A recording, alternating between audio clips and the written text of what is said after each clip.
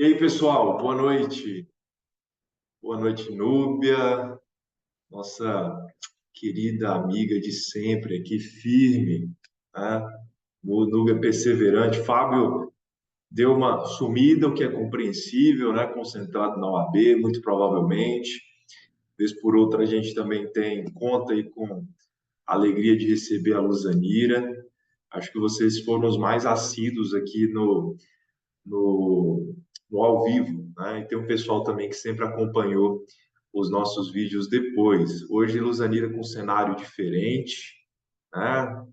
Bacana. Olha, o quadro, veja que a indumentária de Luzanira combina com todo o ambiente. Com as, Combina com a flor. com Olha as só. cores, com o quadro, com a parede. Eu vim para a Copa para arejar um pouco. É muita etiqueta, não é para todos, tá? Não é de um dia para a noite, né? Luzanira vai abrir cursos de etiqueta aí para vocês, então se inscrevam. Gente, boa noite, bom vê-los novamente. As nossas duas últimas aulas que estão conjugadas no encontro de hoje. E com isso a gente conclui essa nossa peregrinação que começou 2 de janeiro. Eu estou bem feliz pela participação de todos vocês e também estou grato a Deus por ter nos dado vida, saúde para começar e para terminar, né? Então, a gente não sabia como exatamente isso se daria. Foi uma aventura de ambas as partes, né? Tanto da minha parte quanto da sua, da de vocês. Mas a gente conseguiu, né? Graças a Deus, ministramos aí um curso longo, relativamente profundo em alguns momentos, né? Não foi um curso básico, não, e com isso vocês ficaram com mais capital, mais subsídios para enfrentar aí os desafios do exame da OAB, de concursos públicos, na própria faculdade, como a Luzanira testemunhou aqui outro dia, esses conhecimentos já têm sido úteis, né, para as aulas que ela está acompanhando agora. Bom, fico bem satisfeito que a gente tenha alcançado o nosso objetivo. Para frente, quem sabe a gente abra outras possibilidades também, né? Tenho preparado material aí de direito penal, tenho preparado material de direito empresarial, pois a gente conversa. Eu já entendi que não é o caso especialmente de vocês que são da manhã, porque para vocês é mais adequado até talvez esse horário que a gente tem seguido à noite, né? Mas eu senti que para o pessoal que é da noite, eles prefeririam que os encontros fossem semanais, ainda que em duas aulas, no mesmo dia, no domingo e tal, e não fosse assim todos os dias. É coisa para a gente pensar, analisar e, quem sabe, avançar com algo daqui para frente, mas a gente vai conversando sobre isso. Mas para hoje o que a gente tem são essas duas ações constitucionais que são muito simples de serem compreendidas, muito simples. Para a gente que já atravessou teoria da Constituição, para a gente que já conversou sobre controle de constitucionalidade, para a gente que já viu até as ações assim constitucionais que tem um pouquinho mais de dificuldade ali, alguma coisa no mandado de segurança, até no mandado de injunção ontem, habeas data e ação popular é café com leite, é muito tranquilo. Então, só para a gente introduzir aqui a ideia, vocês se lembram, quando nós lemos lá no artigo 5º, inciso 69 da Constituição, sobre o mandado de segurança, a gente se dá conta que o mandado de segurança ele é residual, ele é remanescente, porque para que ele venha a ser impetrado, a fim de que seja resguardado direitos líquidos e certos, é necessário que de antemão se faça um crivo preliminar, para verificar se não é o caso de habeas corpus, ou seja, liberdade de locomoção, frise-se, liberdade de locomoção, não apenas liberdade. Aprendemos isso quando do estudo do habeas corpus, sobretudo ali sobre a adequação, né, para saber se é habeas corpus ou não. E também é necessário verificar se não é o caso de habeas data. Se não é habeas corpus e se não é habeas data, aí a gente deságua na impetração do mandado de segurança. Agora, o que é esse tal de habeas data? O que se pretende com esse habeas data? Muito simples. Seja pessoa física, seja pessoa jurídica, que de algum modo tenha sido impedida de ter acesso a uma informação que lhe é própria. Veja, não é uma informação a respeito de terceiro. Pode ser seu pai, pode ser sua mãe, pode ser seu filho. Não é uma informação a respeito de terceiro. É uma informação que lhe é própria. Claro, a gente pode considerar aí, eventualmente, situações em que é seu filho, mas você é o responsável por ele, vai em nome dele, mas você que está ali, né, na qualidade de representante do seu filho. Ou, eventualmente, pais falecidos que não estão aqui para ter acesso a essa informação que está lá sobre eles e que você precisa verificar. Mas são casos excepcionais. Na lógica básica da coisa, na regra mesmo, o habeas data se destina a fazer com que aquele que, por qualquer razão, tem sido impedido de ter acesso a uma informação que lhe é própria e que está no domínio da autoridade pública ou mesmo de ente privado que tem um caráter público, de resguardo de informações de caráter público, a gente vai ver exemplo nesse sentido. Nessas situações, há espaço para a impetração do habeas data, seja para que você tenha acesso à informação, o dado, para você ver se o que está ali registrado sobre você, seja para que você promova a retificação desse dado. Né? Porque pode ser que, ao observar o dado, você verifique que ali é necessário que exista uma retificação. O habeas data também é útil para isso. E pode ser ainda que, não obstante o dado que está ali escrito seja verdadeiro, há uma justificativa para ele. Então, de repente, está registrado ali uma dívida, mas uma dívida que você já parcelou, né? De repente, junto à autoridade pública, junto ao judiciário, e que você gostaria de colocar ali, averbar junto a essa informação de que você está devedor. Só um exemplo, tá? Só uma hipótese, pode ter outras tantas. Você quer colocar uma justificativa lateral ali, uma observação, um OBS.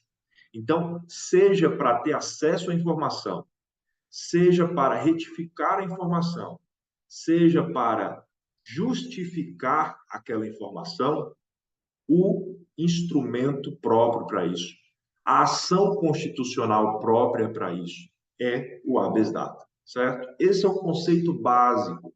Com isso, você vai longe com o habeas data e muito provavelmente não lhe perguntarão muito mais do que isso. De toda forma, é importante que a gente considere aqui algumas variáveis a respeito do habeas data que conta com lei própria, que é a Lei 9.507 de 97. Então, a gente vendo aí as ações constitucionais, a gente tem visto que o habeas corpus ele tem previsão na Constituição e tem um trecho, uma fração normativa inserida no Código de Processo Penal que disciplina o habeas corpus. Vimos o mandado de segurança e descobrimos que tem um texto na Constituição, artigo 5º, inciso 69, mas que, da mesma forma, há uma lei própria para o mandado de segurança, que é a 12.016 de 2009. Vimos mandado de injunção e percebemos que, da mesma forma, há previsão na Constituição a respeito do mandado de injunção, seja o individual, seja o coletivo, mandado de segurança, seja o individual, seja o coletivo, tá? E há também a lei própria do mandado de injunção, que é a 13.300 de 2016. Da mesma forma, o habeas data tem lei própria, que é a 9.507 de 97. E, por fim, quando a gente chegar lá em ação popular, a gente vai descobrir que a ação popular também tem lei própria, que é uma lei assim um pouco mais longeva já, né? É uma lei de 65, a lei 4.717 de 65, tá? Então, salvo o habeas corpus, todas as ações constitucionais têm lei própria e merecem a nossa consideração. Mas de antemão aqui, eu queria suscitar para vocês uma pergunta que a Núbia tem sofrido aqui nos últimos dias, porque só ela que está aqui para responder as perguntas. Mas veja, dessa vez, Núbia, você tem outras pessoas aqui para dividir, né? Mas como você já está versada, então a gente passa a bola para Fábio Agrem, para Luzanira, né? Hoje a gente vai deixar a Núbia de folga. E a pergunta que a gente tem na tela é a seguinte: a distinção entre direito de acesso a informações relativas à pessoa do impetrante e obtenção de certidões em repartições públicas?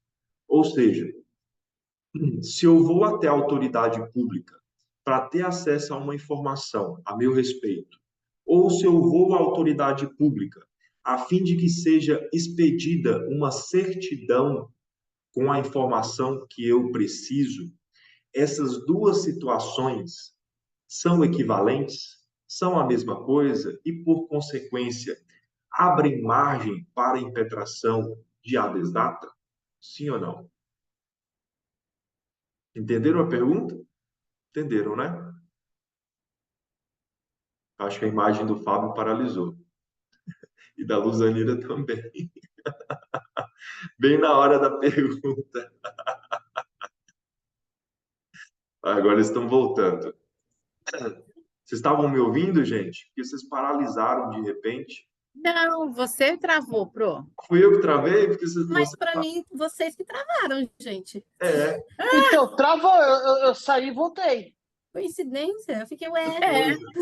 vocês travaram para Só mim, o eu travei Fernando para estava falando vocês. para mim.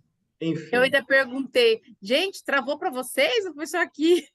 Então, Suspeito isso, hein? mas É um enfim. sinal de que a gente não vai conseguir responder. Até o sistema travou.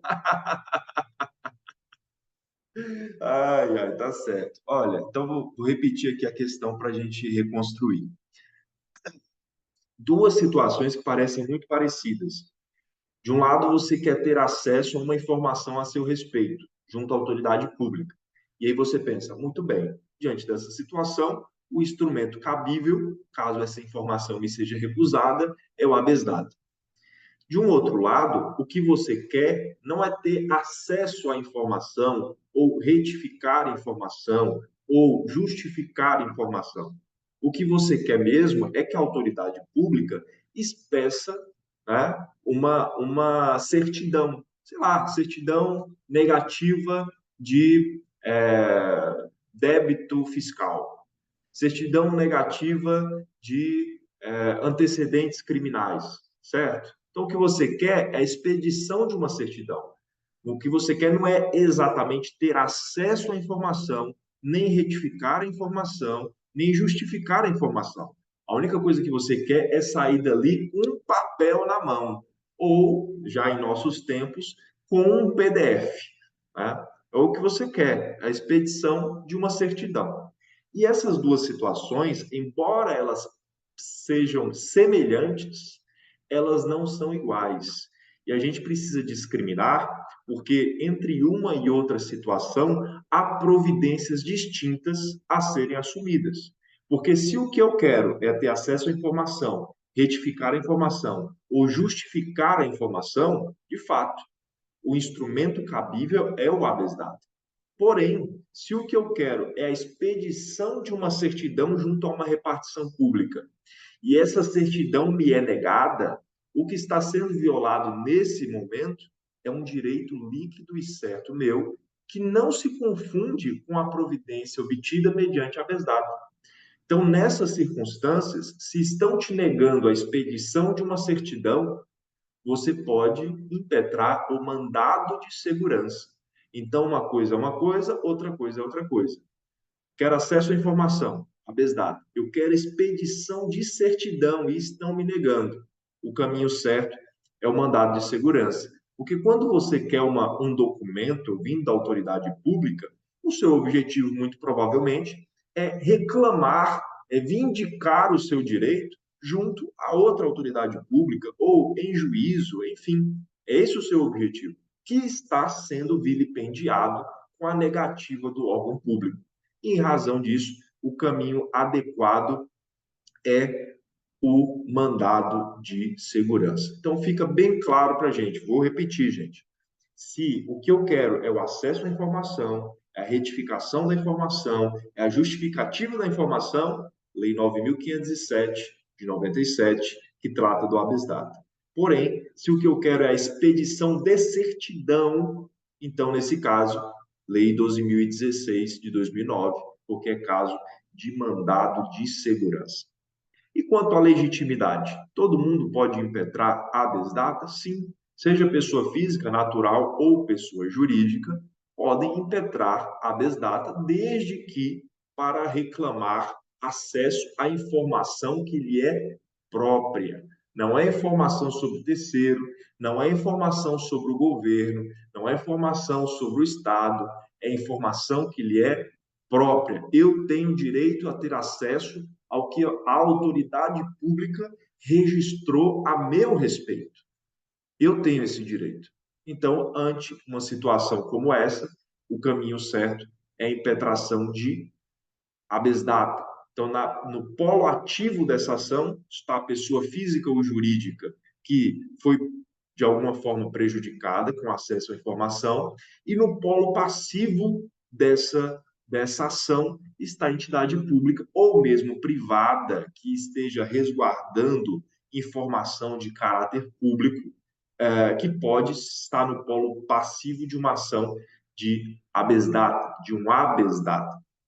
E o exemplo clássico dessas entidades privadas que resguardam dados de caráter público são as empresas privadas de serviço de proteção ao crédito. É o SPC, é o Serasa, que muitas vezes a gente ouve SPC, Serasa a vida toda e a gente supõe que são órgãos públicos. Não são. São entes privados. Só que eles armazenam informação de caráter público.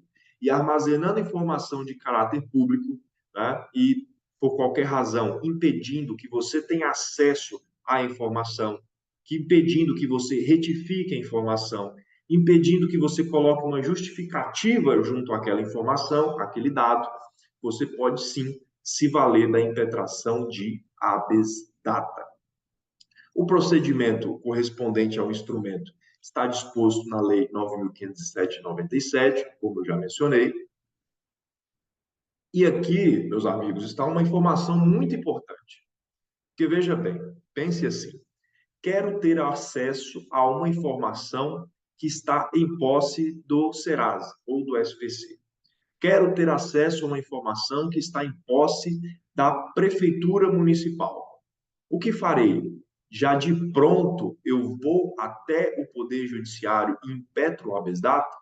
Não, não faz sentido. Porque o que lastreia o habeas data é a negativa junto ao órgão público. Então, de repente, você nem foi no órgão público perguntar se eles vão te dar acesso à informação ou não, e aí você já impetra o habeas data. Mas como assim?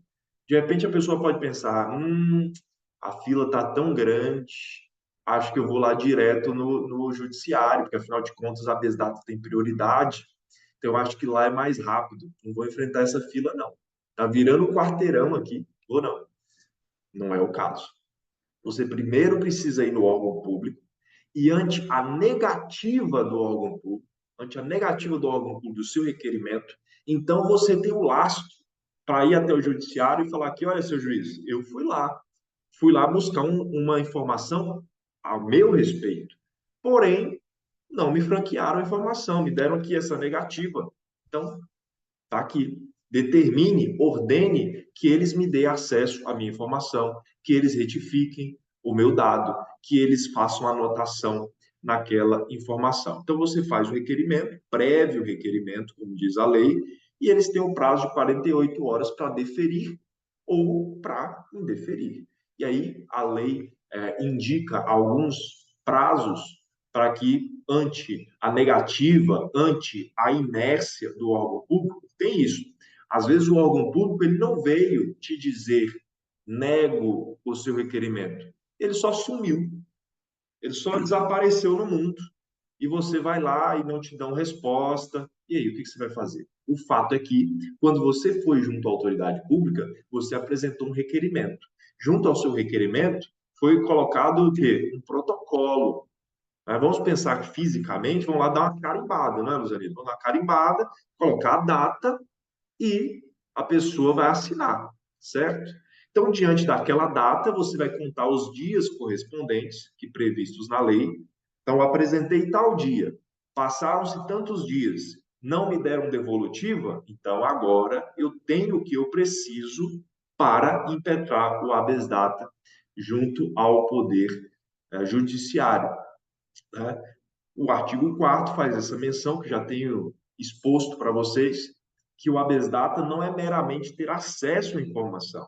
O habeas data também significa retificar a informação que esteja inexata. O habeas data também significa, artigo 4º, parágrafo 2º, possibilidade de explicação, de justificação. Os dados estão exatos. Se eles estão inexatos, você vai querer retificar, consertar. Mas às vezes eles estão exatos. Mas estão exatos, mas precisa de uma explicação.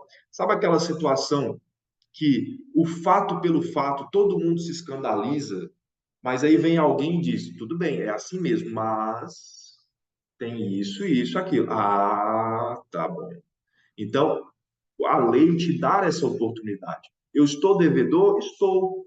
Está com meu nome lá no Serasa? Está.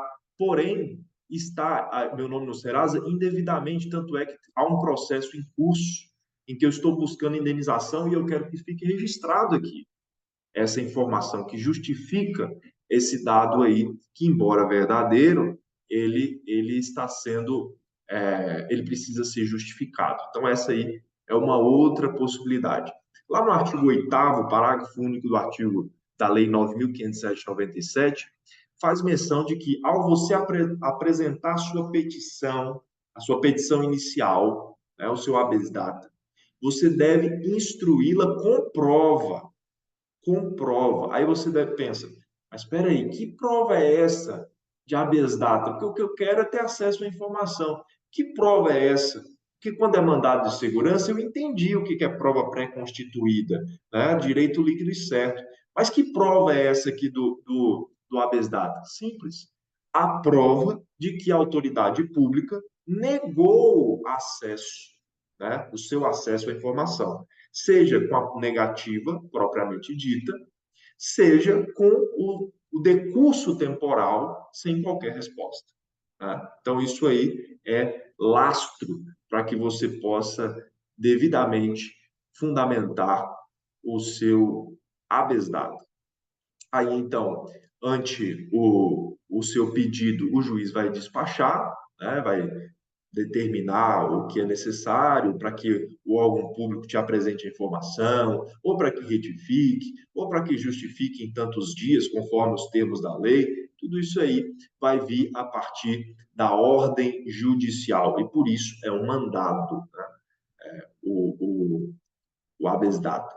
Indeferimento liminar é possível? É, porque de repente você chegou lá, está aqui meu habeas data, e aí veio a questão clássica. Mas você passou no órgão público primeiro? Não, então indefiro, liminarmente. Mas eu tenho direito, você tem, mas primeiro você vai passar no órgão público. É assim que funciona. Ah, mas a Constituição prevê que o meu acesso à prestação jurisdicional não pode ser afastado. A inafastabilidade da prestação jurisdicional. Eu não preciso trafegar pelas vias administrativas para então chegar à prestação jurisdicional. Verdade, mas nesse caso é uma questão lógica de condição da ação. Não há interesse de agir porque não há lastro para uma habeas data que não houve uma negativa do órgão público, filho. Simplesmente assim. Tá? Então, nesse caso, eu estou indeferindo. Mas se ainda assim você não se conformar, você pode interpor recurso dessa decisão. E esse recurso é a apelação. Então, inclusive, não vamos nos confundir, porque a gente tem visto outras ações constitucionais, e geralmente, quando está na esfera do tribunal, vem o relator, e dessa decisão do relator, você pode interpor agravo interno, agravo regimental. Aqui nós estamos falando em uma primeira instância que foi indeferido e você vai interpor o recurso correspondente e esse recurso é a apelação. Artigo 13, desdobramento da sentença que julga procedente o habeas data, né? Então, o artigo 13 diz, julgou procedente o habeas data. O que vai acontecer? Tantos dias para a autoridade pública dar acesso ao Fábio aos seus dados. Tantos dias para que a autoridade pública retifique os dados da nuvem e assim por diante. Está tudo isso aí previsto no artigo 13. Artigo 15, apelação, recurso contra a sentença que concede ou nega o habeas corpus. Concedeu o habeas data, melhor dizendo. Concedeu o habeas data, a autoridade pública não se conformou. Pode recorrer? Pode recorrer. Qual é o recurso? Apelação. Você não se conformou porque foi negado o habeas data para você. Pode recorrer? Pode. Qual é o recurso? Apelação. E para essa apelação, vale aqui pontuar, nos termos do artigo 5º, parágrafo único, que o efeito é meramente devolutivo da sentença que concede o habeas data. Então, o habeas data foi concedido.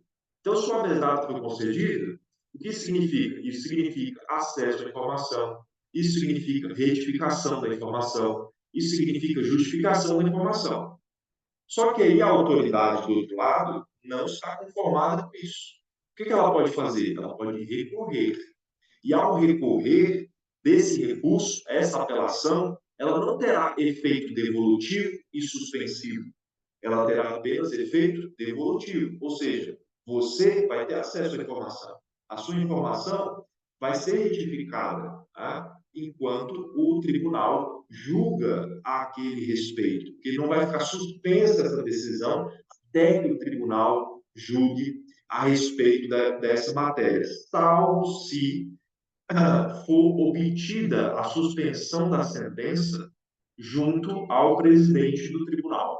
Se for obtida essa suspensão da sentença pelo órgão público, e de repente você conseguiu o habeas data, né? A primeira instância te deu o habeas data, mas aí vem a autoridade pública, interpõe a apelação, direciona para o presidente e diz, olha, mas ele não pode ter acesso a essas informações. Não pode e eu provo. Precisa ficar suspenso até que seja o julgamento definitivo. Pode ser que seja concedida uma suspensão dessa sentença. Mas veja, essa suspensão da sentença não é um efeito automático. O efeito automático da interposição de apelação é meramente efeito devolutivo. Para que essa apelação tenha também efeito suspensivo, é preciso seguir um procedimento próprio descrito na lei. E vai chegar lá para o relator, etc. e tal. E se o relator, né, presidente, enfim, negar, é o melhor. Ou melhor, conceder essa suspensão, aí será o caso do agravo. Então, uma coisa lá é a apelação, né, da decisão que concedeu ou não concedeu a habeas data. Outra coisa é já no tribunal, quando o relator admitiu essa suspensão, não é um efeito natural do recurso em habeas data, e aí, diante dessa admissão da suspensão, abre-se margem para o agravo. É possível renovar o habeas data? Ou seja, para usarmos aqui o nosso exemplo mais simples, impetrei o habeas data, só que eu não passei no órgão público antes. O que o juiz fez? Indeferiu.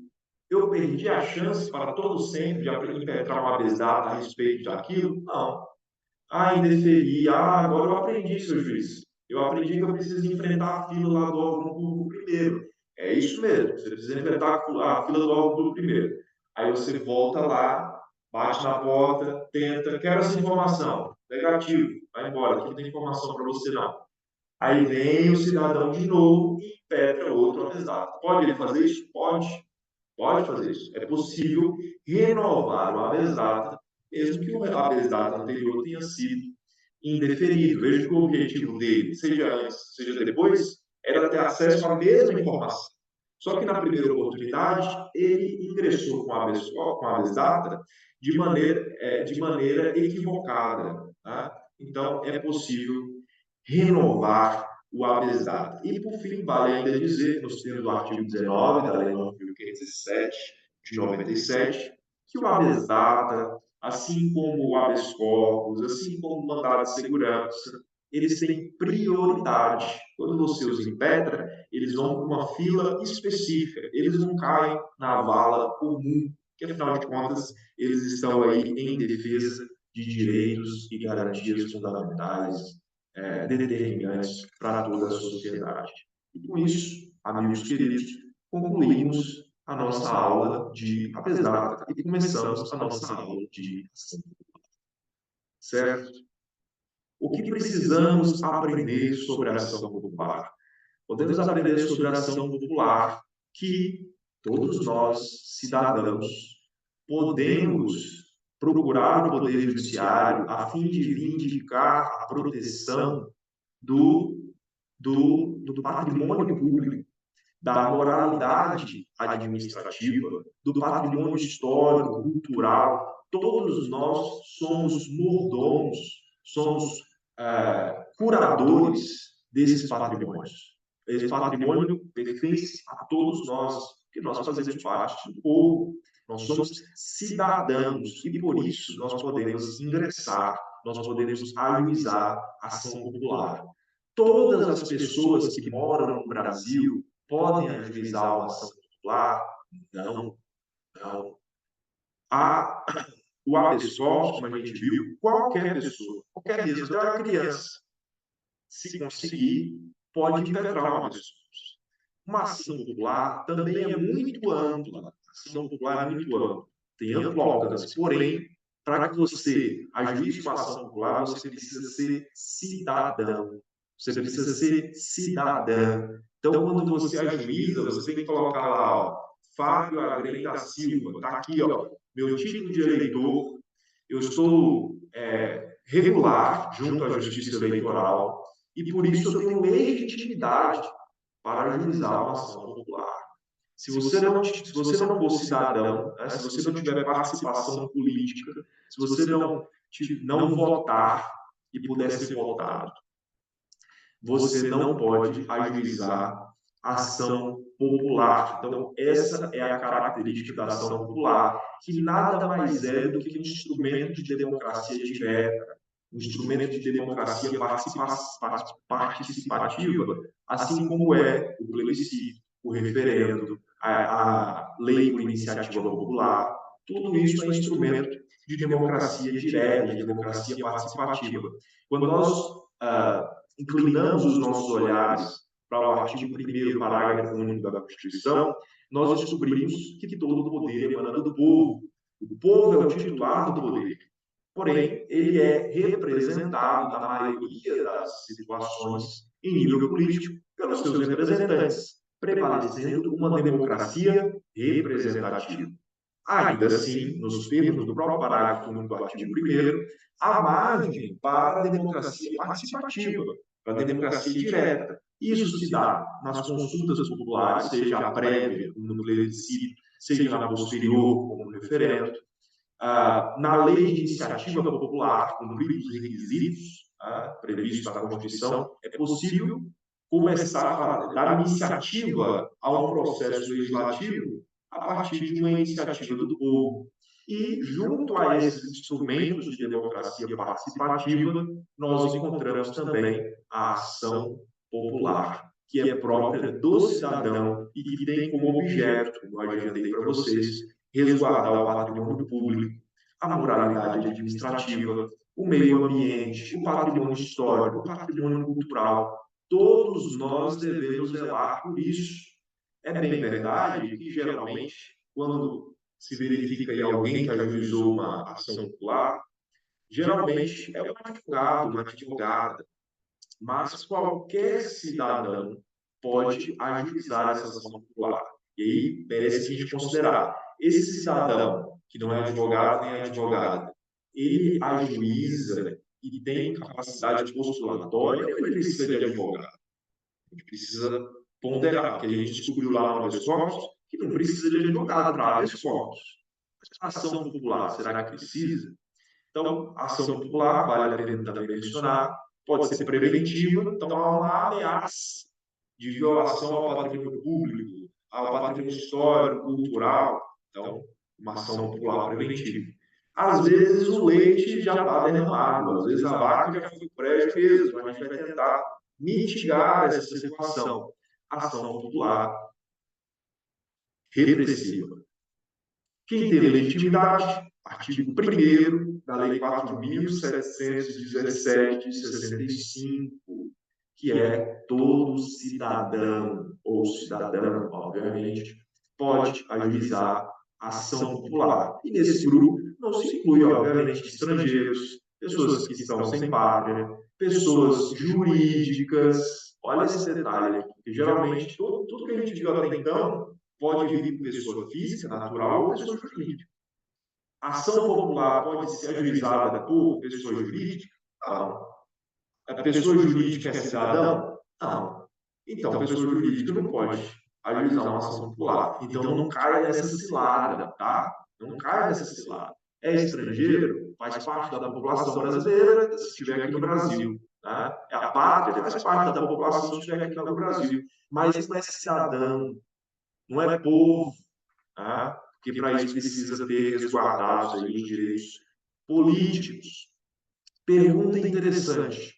Um menor de idade pode ajuizar a ação popular? Sim ou não? Pode ajuizar. Por quê? Porque o menor de idade, com idade de pelo menos 16 anos, ele não pode votar, ele não pode ter título de eleitor, então ele pode ocupar o polo ativo de uma ação popular. Porque o crivo aqui, o requisito é ser cidadão. É ter, para ficar bem claro, título de eleitor, para deixar assim bem cru. Então, tem idade para votar? Para ser eleitor? Então, tem idade para ajuizar a ação popular. Capacidade postulatória é indispensável? Sim. Então, eu sou menor, tenho 16 anos de idade, como vocês podem, né, francamente observar. Posso procurar um advogado a fim de que ele me represente? Posso. Posso ir por via própria? Não. Nem eu, menor, nem maior de idade, pode ser cidadão, que cidadão é quem tem legitimidade para ajuizar a ação popular. Mas cidadão tem capacidade postulatória, capacidade para apresentar razões em juízo. Quem tem isso é o advogado, quem tem isso é o órgão do Ministério Público, é o procurador, é o defensor, certo? Então, para ajuizar a ação popular, depende-se sim de um profissional que tenha, portanto, capacidade postulatória. A legitimidade passiva, obviamente, é aquela autoridade, aquele ente público que está violando o patrimônio público, histórico, cultural, meio ambiente, e mesmo entidades privadas que recebam verba pública. Tá? Então, em geral, na maioria dos casos, vai ser algum público. Mas mesmo ente privado que recebe verba pública, então também pode ocupar o polo passivo de uma ação popular. É possível, em determinadas situações, que o órgão público ele admita, ele, enquanto estrutura, né, diga verdade. Esse ponto que você disse aí nos chama a atenção também. Queremos também que isso seja investigado. Vamos nos habilitar junto com você, vamos ser consorte com você nessa ação popular. Vamos ser seu assistente nessa ação popular. Ou mesmo deixar de contestar. Não, cara, não vamos contestar. Toca o barco, não tem nada a dizer. Né? Ou pode ser que, do outro lado, a autoridade pública retruque, ou a empresa que receba a verba pública retruque. Mas essas possibilidades aí também são admitidas nos termos da Lei da Ação Popular. Artigo 6º, parágrafo 3º e artigo 6º, parágrafo 5º. Ontem nós aprendemos, talvez tenhamos relembrado, ao estudar o mandado de injunção, a respeito da coisa julgada, que os efeitos da coisa julgada do mandado de injunção são secundo eventos litis. Não é presídio latim, gente, é porque a doutrina fala assim, fazer o quê? Então, no caso da ação popular, também é secundo eventos litis. Ou seja, se a ação popular ela deixou de ser julgada procedente em razão de insuficiência probatória, então nada impede que aquela mesma ação seja novamente ajuizada quando o advento de prova nova. Então, essa coisa julgada aqui, ela não será uma coisa julgada material, ela será uma coisa julgada formal. Então, o que o juiz reconheceu? Olha, eu vou dar fim aqui ao processo, não dá para condenar, enfim, mas tem indícios aqui e tudo mais, só que faltam provas, é insuficiência probatória. Então, vou dar por encerrado o caso. Mas não é porque o juiz deu por encerrado aquele caso, que se vierem fatos novos, provas novas, esse mesmo caso não possa ser reaberto.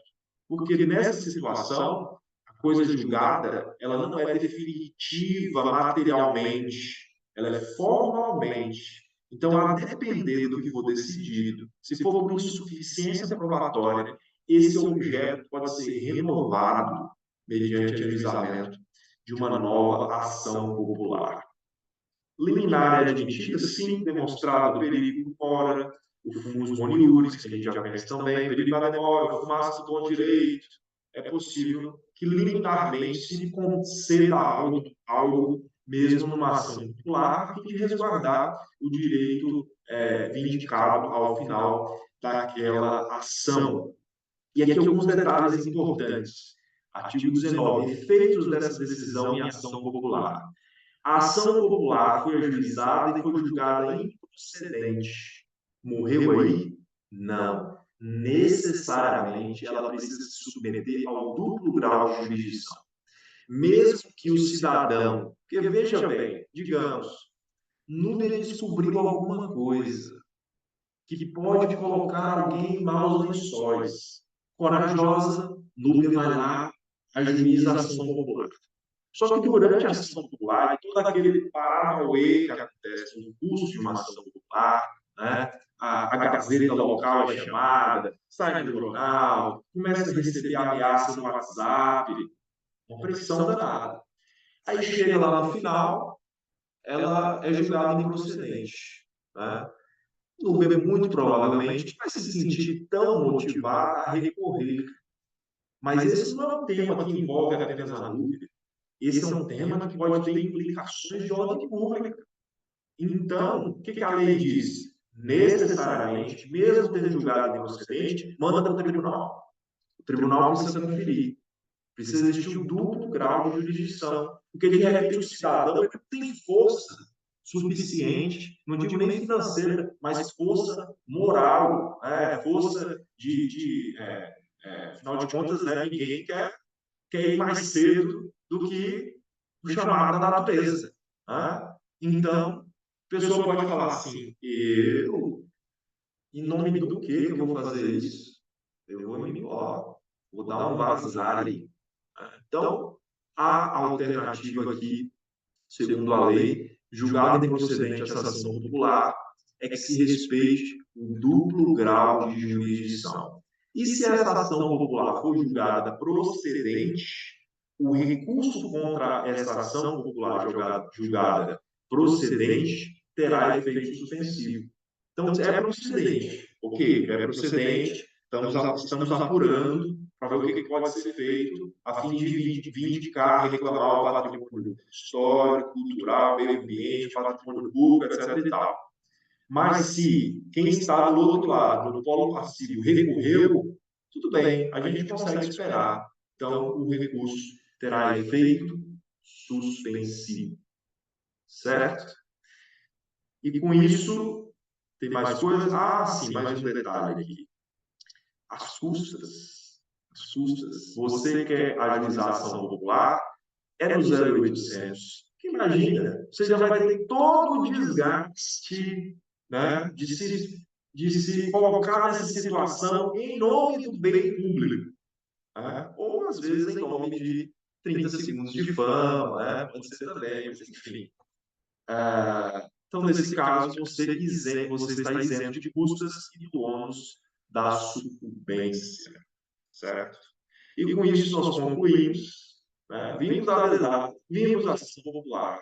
E agora vamos para as nossas queridas, famosas questões, sempre com a leitura firme de Luzaíra Nascimento e os comentários de Núbia Cheradi e Fábio Agren. Então, duas questões aí para a gente matar para a gente fechar com chave de ouro, como disse a Nube aí há dias. Vamos fechar com chave de ouro.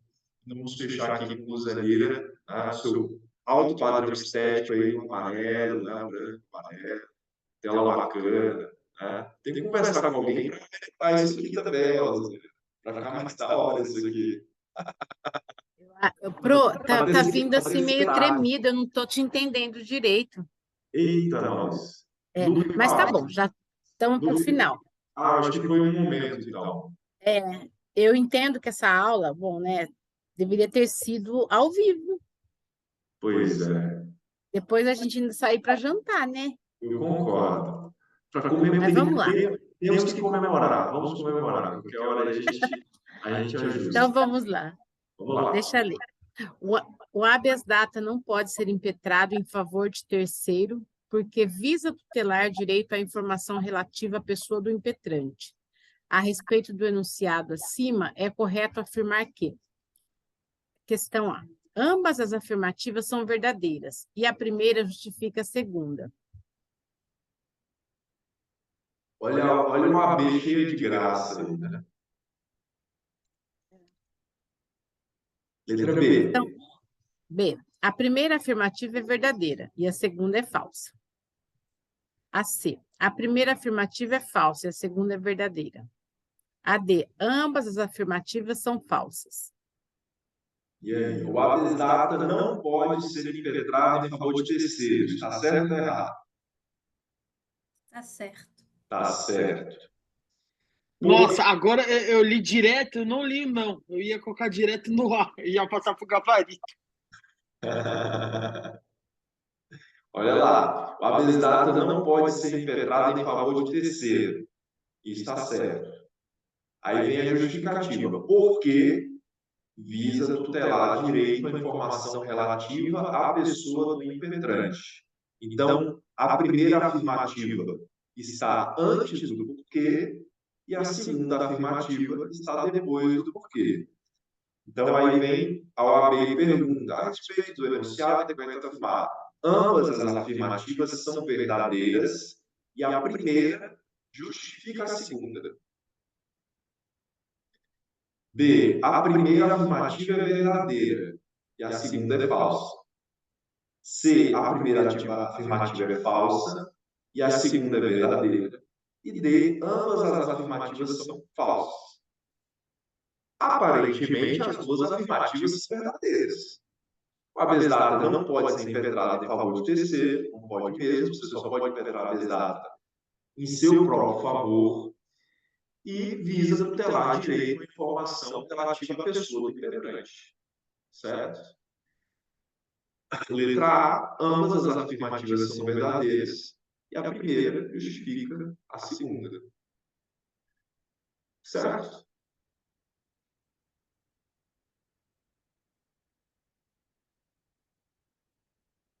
E aí, tá certo, gente? Tá certo. Sim. Vamos, gente. A primeira Pronto, tá certo. a segunda, apesar de não pode ser levado de terceiro. Tá certo, é isso aí. Ele consegue fazer uma pergunta simples e ficar confusa. De jeito nenhum. Não, quando você começa a colocar você começa a colocar essa interrogação, a gente começa a entrar em pânico. Eu nunca fiz isso e jamais farei novamente. Vamos lá, última questão. Cristina, cidadã brasileira comprometida com a boa administração, descobre que determinada obra pública em sua cidade foi realizada em desacordo com as normas que regem as licitações públicas, com vistas a beneficiar um particular amigo do prefeito. De posse de cópias do processo administrativo que comprovam a situação, pretende ingressar com medida judicial para a proteção do patrimônio público. Para combater tal situação, Cristina deverá... Questão A. Ingressar com ação civil pública, que é o meio apto a sanar a lesividade ao patrimônio público. Quem vai comentar? Sem comentários? Não é o caso. Não tem Questão legitimidade para ação civil. B. Propor ação penal privada subsidiária da pública para condenar o prefeito e o particular beneficiado e reparar os prejuízos causados aos cofres públicos. Essa é a mais doida.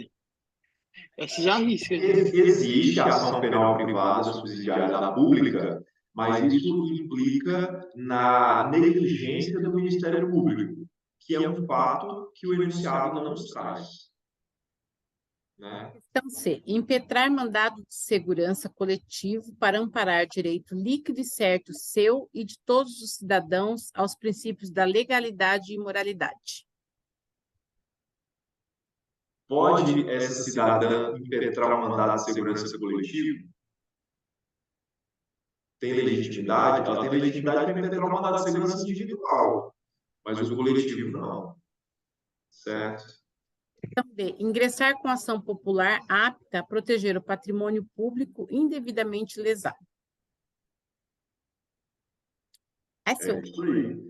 Letra D de dado. E com isso, senhoras e senhores, às 19h51, 9 de março de 2023, nós concluímos aqui o nosso empreendimento, iniciado em 2 de janeiro. Parabéns para vocês que resistiram até aqui, inclusive vocês que a gente até fez a pesquisa lá hoje, né? Estão no grupo dos que mais assistiram aulas, seja ao vivo, seja depois em vídeo, né? Que assistiram de 36 a 40 aulas. É aula pra caramba. Eu acho que juntando tudo dá umas 45 horas. Se pegar uns minutos de uma daqui, de outra dali, eu acho que são mais ou menos umas 45 horas de direito constitucional na veia. Então, enfim, bem feliz pelo que a gente conseguiu construir juntos. Parabéns para vocês que vão assistir em algum momento também. Enfim, Deus nos abençoe e que a gente continue numa próxima oportunidade e vamos marcar aí o Happy Hour né, com o Luzanira, que conhece os pontos da cidade, né, os locais, os restaurantes, lugares legais. Vamos marcar para a gente comemorar, tá bom? Gente, obrigado. Professora, olha, eu agradeço e acredito que os próximos cursos você vai ter mais alunos, porque eu estou fazendo a maior propaganda, que eu legal. aprendi bastante. E você tem previsão de quando você dá o certificado? Então, na verdade, eu não fiz previsão de certificado. Não? Pro, eu quero meu certificado, porque afinal de contas. Então vamos providenciar um certificado. Isso aí, inclusive, porque assim, foi algo que a gente começou, não na informalidade, né? Porque a gente, enfim, fez acontecer aqui, mas foi um experimento, foi algo assim muito inédito, né? Mas o fato é que a gente tem passo mesmo para certificar algo, né? Afinal de contas, temos muitas horas. Acho que isso pode ser utilizado como horas complementares, de repente, né? E talvez Sim, Pro. E talvez sejam mais horas do que as horas mesmo de assistir, porque tem a hora que você está aqui assistindo a aula, mas tem a hora que você também está lendo e tem a hora que você está fazendo exercício. Enfim, a gente tem que fazer as contas, mas se brincar 100 horas aí, acho que seria justo. Né?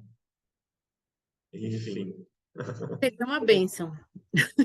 Então, vejam bem como é que são as coisas, né? Como dizem, que é mais importante você fazer do que você tão só planejar. O planejamento é importante. Só que, muitas vezes, a gente planeja e não executa. Então, a gente veio e fez. E tanto é prova de que a gente simplesmente veio e fez, que a gente nem pensou em certificado. E nada, a Luzanira estava pensando, em certificado. Né, Pro, você podia fazer um de direito tributário. Então, tô com essa para eu entender. Eu tô com o de empresarial muito adiantado. Só falta a parte de falências para estar com um curso empresarial assim, ó, redondinho, com material Nossa, esse eu vou fazer. Essa eu acho que eu preciso também.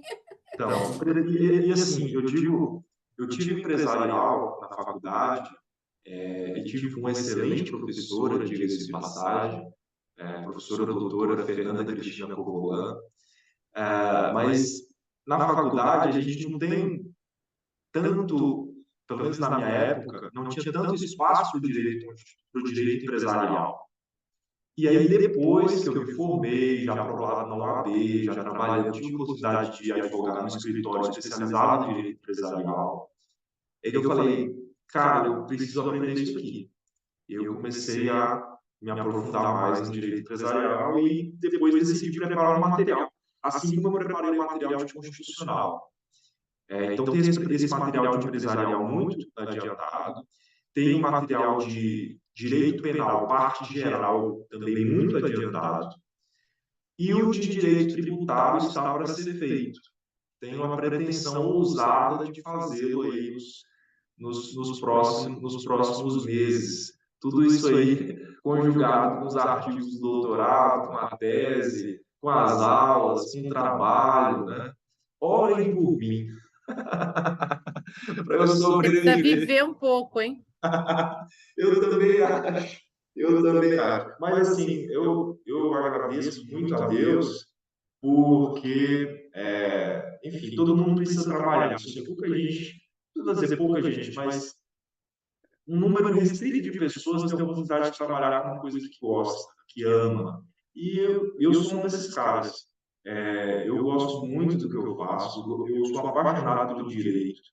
Desde antes da faculdade. Minha irmã estudou direito, e inclusive minha irmã hoje estuda medicina, enfim, mas ela estudava direito, mais velha que eu, e eu no ensino médio. E aí ela foi para casa e esqueceu livros, deixou para trás. E eu descobri os livros dela.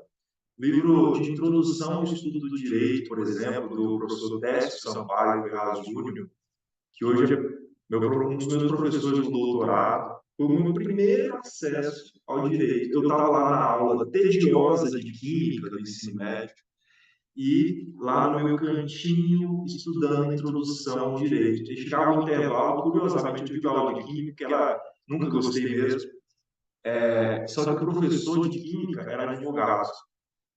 Então eu ia lá no intervalo, nunca me esqueço. Professor Suécio Matos, advogado, engenheiro agrônomo e químico. Professor, tu lendo aqui esse livro? Ah, sim, de química? Não, de direito. Queria saber o que é exegese. Nunca me esqueço disso. Exegese, não fazia ideia. E hoje eu estudo isso, né? E aí ele me esclareceu, me chamou para assistir um júri, ele é advogado criminalista, e quando eu assisti o júri, com 14 anos de idade, eu falei, não é que é isso, rapaz. É isso aqui. Gosto disso aqui. E estamos aí nessa aventura desde então, né? Enfim, gente, obrigado aí pelos momentos, pela prosa, e que a gente tenha novas oportunidades. Eu vou mantendo vocês informados. Obrigado mesmo pela confiança de todos vocês. Deu certo, né? Tchau, tchau, gente. Até a próxima. Tchau, Pro.